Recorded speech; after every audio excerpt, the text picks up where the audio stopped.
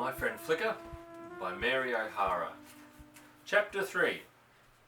When Ken left the kitchen, the alarm clock on the wall shelf beside the spice closet pointed to 20 minutes to 9. He wondered if he should time himself right from then, or from the moment he went into his room, or from when he set his books on the table. This was a very important point. But as he could not decide, he went upstairs as slowly as he could, just in case it was all part of the hour. He paused on the landing in front of the picture of the duck. If he stood there looking at the duck picture, he could get into another world. He knew how to do it. To get into another world, you had to make yourself the same size in your mind. When he put his face down to the little pools in the stream and stayed there a long time, pretending that he was one of the little crabs that scuttled from rock to rock, or a baby trout smaller than a minnow, pretty soon he was right in that world under the water and could almost know why they had moved about and went up so seriously to meet each other, talked a moment, and hurried away. It was one of the most exciting things to get into another world than your own regular world, especially at a time when the regular world, or the things you had to do in it, bored you, like now. But he felt misgivings standing there. His mother would hear from the kitchen that he hadn't gone all the way upstairs. He went on up, down the hall, into his room, and noisily closed the door. Possibly she would time him too. He looked at the alarm clock that stood on the dresser, almost 10 minutes to 9. Funny. He stood a few moments looking around. He and Howard each had a small room to himself. Ken loved his room. The walls were whitewashed, and there was a big window opening out to the front over the terrace and the green. He could see everything from it. Sunshine poured in. Best of all, Ken loved his little walnut bed, because that was really home. Everything was home in a way except school. The United States of America was home, and he could feel it when they sang the Star-Spangled Banner. And the ranch was home, the house was home, but most particularly, the bed was home. It was like friendly arms close around him every night when he got into it. It wasn't very tidy. He and Howard had to make their own beds, and he made his in a hurry before he went out riding. Now would be a good time to straighten it up. That was a good, dutiful deed, about as good as studying. It probably could be counted in the hour. The quilt, which was light green with sprigs of pink and blue flowers on it, was crooked and humped over the bedclothes underneath. He threw it back, then paused, his eyes on the wall at the head of the bed. There were these pictures, one on each side, about 8 inches square, with a flat wooden frame an inch wide. And inside the frame, he dropped the quilt, moved up to one picture, and stood minutely examining it. What people, peasant people, his mother had told him, probably Swiss. They were dressed very oddly. The man had a white shirt, embroidered suspenders, a tilted hat with a feather in it, short pants to his knees, and a flute in his hand. The woman had a white waist, laced black bodice, full skirt, a handkerchief over her head, and she was sitting on a ledge which jutted into a stream with her bare legs and feet in the water. She was leaning over, reaching her arms to hold a little naked boy who stood in the stream and leaned against her, frightened, it seemed, and lifting one foot out of the water because a big duck with a flock of baby ducks was paddling about, cruising close to his legs. Under the boy's mop of hair, exactly the same yellow as the ducklings, his face looked around, quite frightened. His eyes were very blue and his cheeks fat and red. His mother smiled indulgently. His father, behind him, seemed protecting them, and sat watching and ready to play the flute. Ken had never been in such a world as that. He climbed across the bed and looked at the other picture, which was another peasant picture, but inside a house. Down at the end of his room was the strangest picture of all. Ken went to look at it. There was a verse written in the corner which he knew by heart. Entreat me not to leave thee, nor to return from following after thee. For whither thou goest, I will go, and where thou lodgest, I will lodge. It was a picture of a desert land, and a man stood as if waiting to go, looking at the maiden for whom he was waiting. But she had run back to throw her arms around a woman, and there they stood, arms about each other. and the verse in the corner was what she was saying. They were dressed in long, draped, brightly coloured shawls. "Entreat me not to leave thee," he murmured, liking something about the way the words made his voice rise and fall. Besides, there was something in this picture that the other pictures did not have, something completely grown up and mysterious and a little exciting. "Entreat me." He jumped and ran back to the bed when he heard quick steps across the kitchen floor below. Outside the kitchen door, his mother's voice called, "Here, Kim! Here, chaps!" This time he really finished the bed and smoothed the quilt. It looked very nice. He stood regarding it, thinking that now he must take down his books. His desk was in the corner near the window.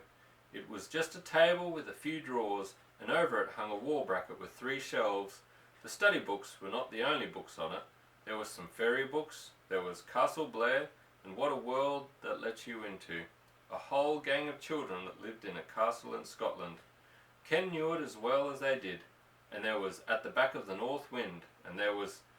He was just scanning the titles. He sighed deeply. He didn't feel very well, and wondered if perhaps he was going to be sick. Resolutely, he picked out his arithmetic book, sat down, opened it, and began to think. Shortly, ugly brown Shorty with mops of hair on his hoofs and his forehead, and legs so short his father had said he was built like a dachshund. But he always rides Shorty when there's something hard to do, thought Ken. Howard's got Highboy. Wonder if they're saddled yet. Bet I could do a round-up all alone if I could have Shorty. He does it just about all himself. He always knows better than anybody else where the horses are and when you're hunting for them.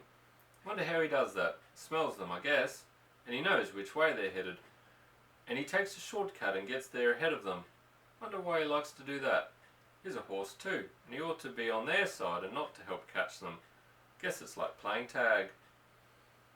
Dad says Shorty's the smartest horse on the ranch, but I don't like him. He's kind of mean. I like Banner better. Ken's eyes took on a vacant look, as in imagination he pictured the big golden chestnut stallion who sired the yearly crop of 20 colts. All the youngsters, 3-year-olds, 2s, yearlings, and now the little foals were his. Banner was like a king. He had never been ridden, but he and Rob McLaughlin were friends and understood each other. Nell said that until she had come to the west she had never known how nearly human a stallion could be. Ken had seen his father and Banner standing close, facing each other, Banner's ears taut, his nose stretched out with nostrils distended as they tried to breathe in the very essence of the man they reached for, and his legs stiff and trembling a little. He didn't like to get too close to people. His father's legs were stiff too and braced apart, the way he often stood, and his arms were folded, and his round head with the tight curled black hair tilted back, and he talked in a low, even voice that no one but Banner could hear, as if they were making plans. Banner and his father together ran the ranch. Suddenly, Ken heard the sound of horses coming near the house and started up so quickly that the leg of his chair tangled with the leg of the table and he went sprawling on the floor, and scrambled up and over to the window. There they were. Chaps was along too. Chaps and Shorty were crazy about each other. Shorty always liked to have Chaps along. Chaps had so much sense. Kim wasn't there. Locked up, probably. He made trouble. He looked like a coyote, and some of the colts were afraid of him. Chaps was jumping up and down right under Shorty's nose, practically under his feet. When he did that, it always looked as if he was nipping his nose. Shorty didn't mind. Perhaps that was their way of kissing. But Banner minded. Chaps had to keep away from the stallion. Ken leaned out of the window as far as he could to see the last of them as they went down the green, just jog-trotting, and disappeared around the end of the house. "Ken!" Nell's voice came floating up from the open window below. "What are you doing?" He scurried back to the table and made it true before he answered. "I'm doing arithmetic." "What was that crash?" "My chair fell over." "What made it fall over?" "It just fell over." Nothing more from Nell, and Ken summoned all his energy and frowned at his open book. He must make a plan. He would do cancellation over. He liked cancellation. It was fun crossing out the figures above and below the line and turning everything into nothing. He hunted for his pad, opened all the drawers and found it. Then he heard Nell coming up the stairs, and she opened his door. She had some fresh bureau scarves over her arm and came in briskly and went to his chiffonier to change the scarf. I was thinking, Ken, it would be a good idea if you spent your study hour on that composition. The composition? Yes, the one you didn't write. If you wrote it nicely, we could send it to Mr. Gibson and tell him how it was you came not to write anything, that you were thinking about it, and he might let you have some credit for it. The one about the albino, said Ken, and his eyes went thoughtfully to the window. How would I begin it? Have you got paper there? Yes. Well, just pretend you're telling someone about it. Someone who doesn't know. Me, for instance. Perhaps they've forgotten. Who was the albino anyway? Ken grinned and said, a big white stallion. Just a bronc. We came over the border from Montana when they had a drought over there. Dad called him a big ugly devil, but a lot of horse. That's fine, encouraged Nell. What did he do? Stole everybody's mare. And when they had a spring roundup, 6 years later they caught him, and the whole bunch of mares and everyone round here found some mares they had lost. And the albino had taken Gypsy. Who was Gypsy? Dad's polo mare that he had in the army, and he had put her in the brood mare bunch, and he was counting on getting a lot of good colts from her. Yes. But the albino stole her, or she ran away to him, and when they caught them both in the roundup, Gypsy was there too, with 4 colts, and Dad brought them all back to the ranch, and the colts were beauties, and fast and strong, but wild as anything. Dad sold the 2 horse colts and put the fillies in the broodmare bunch, but he never could break them. He said the albino was bad blood. Loco. Rocket's one of them. She was the best of the 4. And what about Gypsy? Is she still alive? She's 23 years old, and she hasn't got many teeth. And she's kind of poor now, because she can't chew so well, but she has a colt most every year, and good ones too. Now you see, Ken, that would make a very good composition, and you could call it The Story of Gypsy. She came to the back of his chair and stood there. You begin it now, dear. The hour is nearly up. You can finish it tomorrow. Ken sighed deeply and wrote The Story of Gypsy carefully at the top of the paper. Nell went out of the room, and he heard her open the door of the upstairs closet and take the carpet sweeper out of it and go into her own room and begin to sweep the floor. He lifted his head and listened for sounds that came from farther away. How far had they got down the road? How would Banner behave with Shorty around? Stallions didn't like geldings, didn't like anything but mares. Banner. The hovering pencil drew a long horse face, 2 sharp ears on the alert, and began on a wind-tossed mane. Ken tore down the road. He'd take the shortcut. They'd been gone almost an hour, and they were on horseback. He'd meet them about halfway coming back, maybe, and see the whole bunch moving. He'd find a good place and hide so his father wouldn't see him. He trotted along in the irrigation ditch. It was dry because the water hadn't been turned in yet. This way he would avoid the road and the gates. Howard might be stationed at any one of the gates. He kept a sharp lookout. Not a horse in sight anywhere. Now if I had my horse, I'd be riding. We could canter along in the ditch here.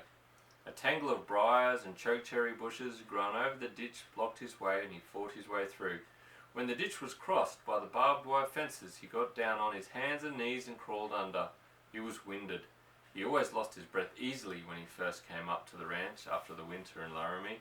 He slowed down and plodded along. It seemed a long way.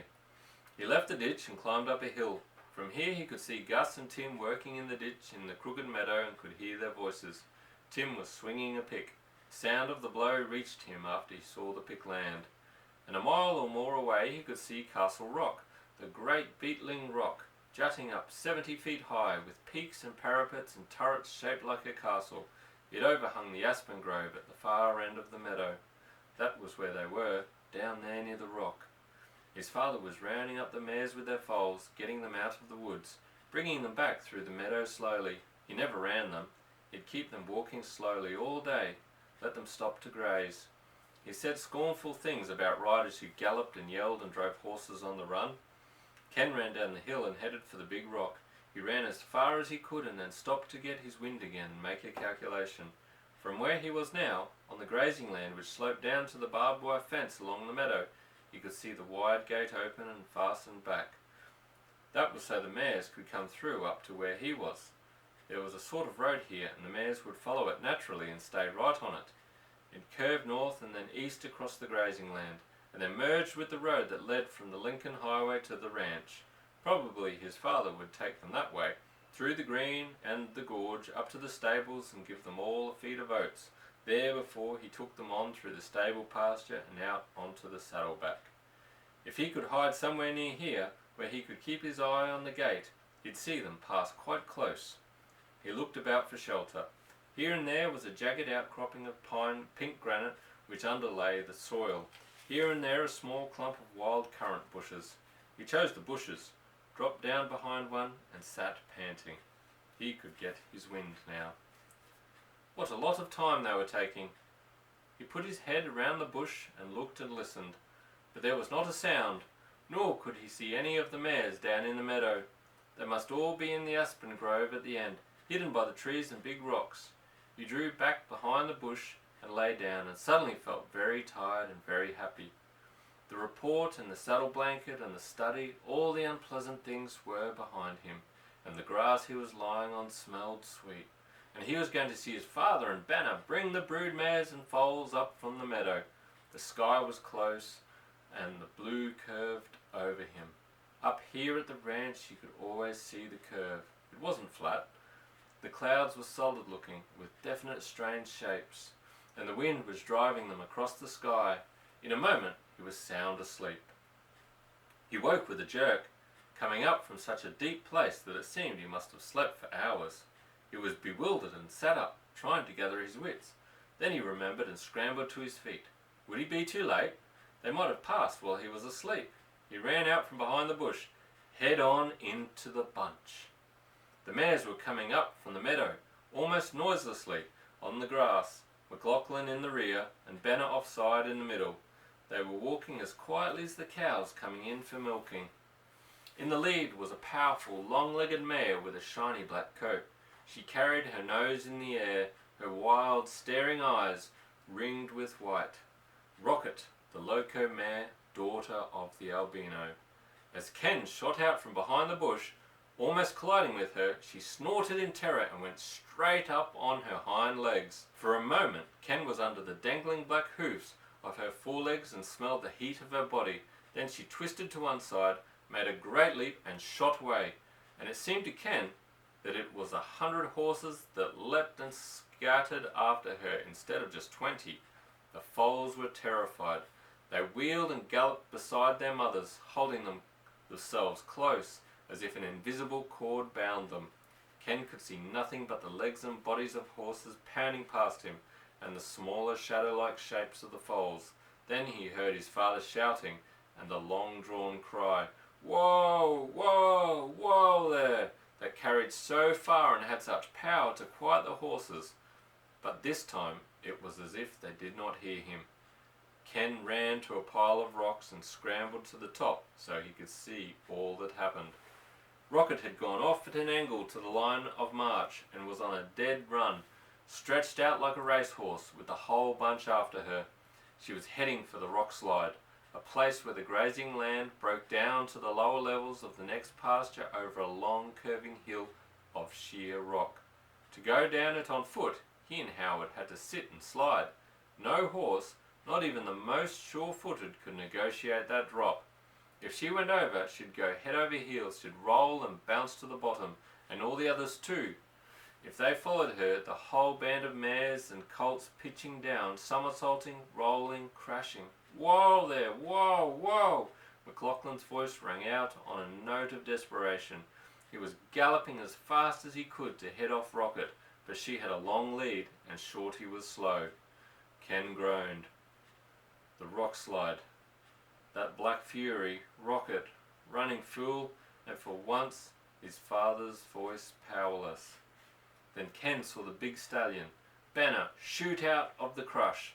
His bright chestnut coat was like flame in the sunlight. His feet thundered. "Oh, go it, Banner, go it!" shouted Ken in an agony. dancing up and down on his rock. Banner's ears were flat back.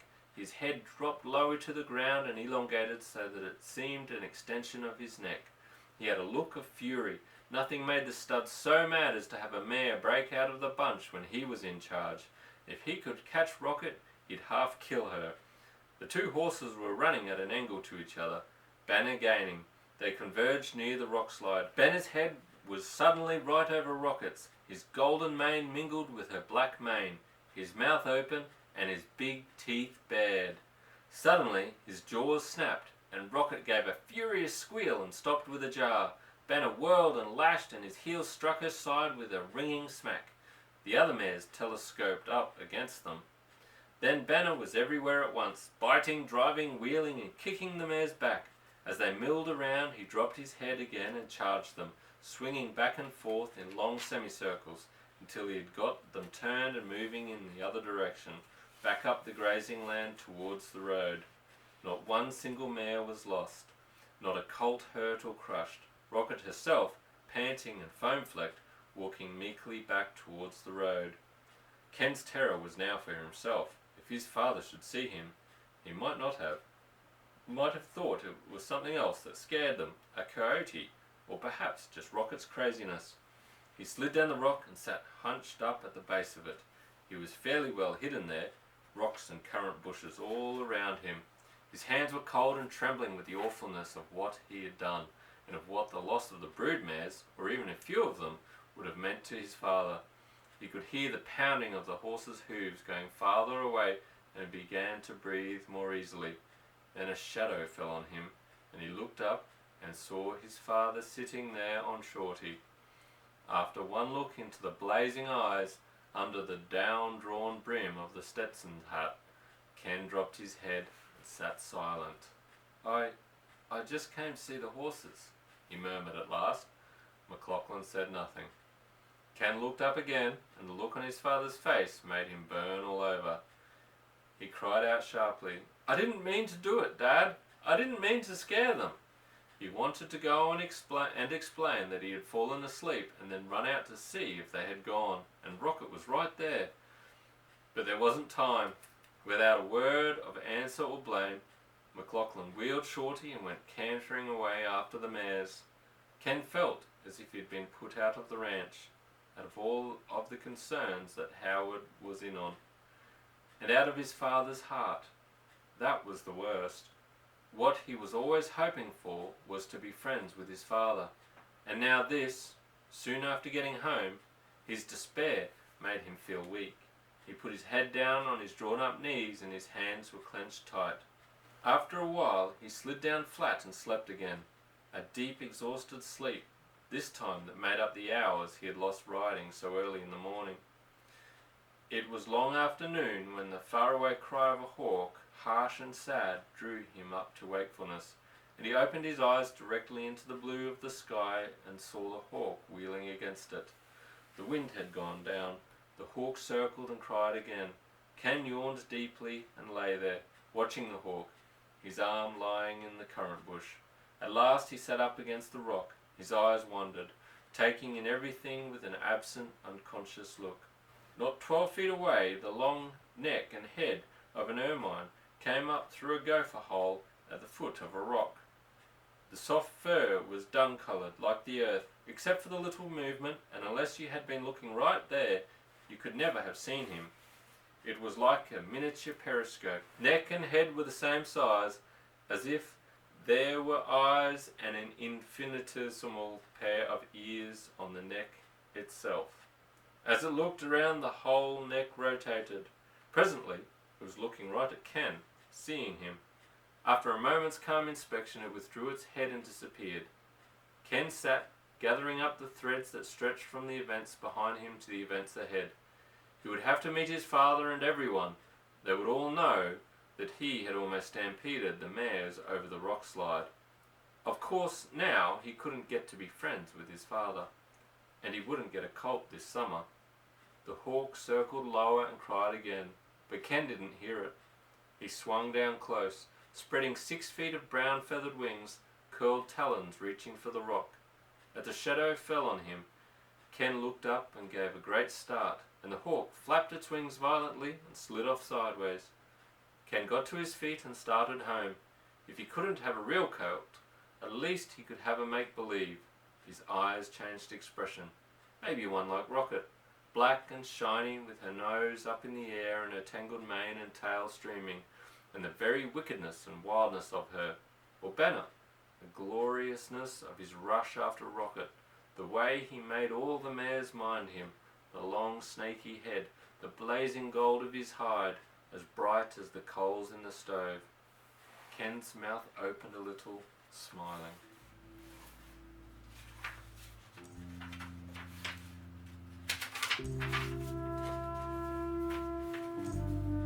That's the end of chapter 3.